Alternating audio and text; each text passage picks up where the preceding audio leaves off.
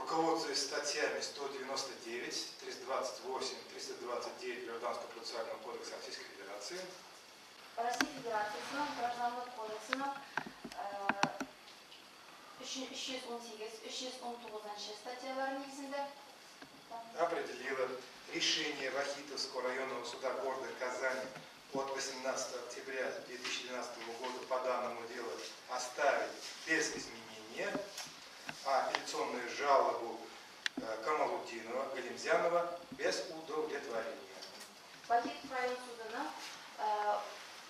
2012 yılının 18 октябрьдағы қарарын өзгеріссіз қалдыра, davacılarının şikayetleri kanaatsiz kaldı. Закрыты, все свободны. Фәрдәганда, менә бүгенге мәхкәмә утырышында сез дәгъвачының вәкиле буларак, шушы мәхкәмә карарын ничек бәялыйсыз?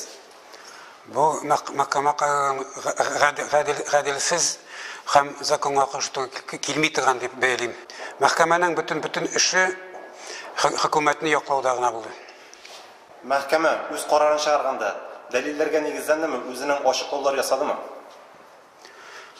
Юк, минемчә бу мәхкәмәгә кушылган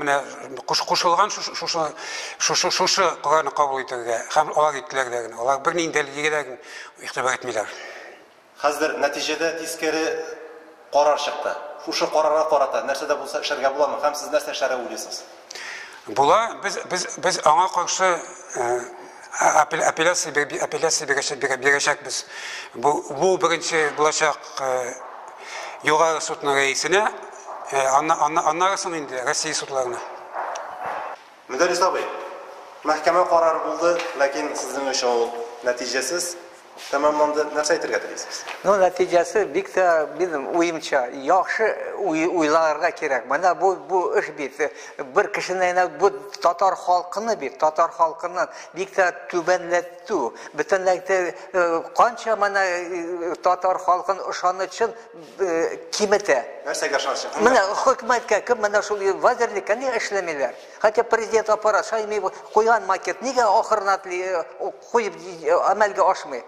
Bu suд алдан каралган истә. Имында бар шундый оешмалар кайсылары судларны кулда тоталар. Ә бездә дөрестлек суды бик авыр була, аны әйтеп булмый. Менә бу сәясәт эшләр белән бәйләнгән шагында шуңар күрә монда bu судны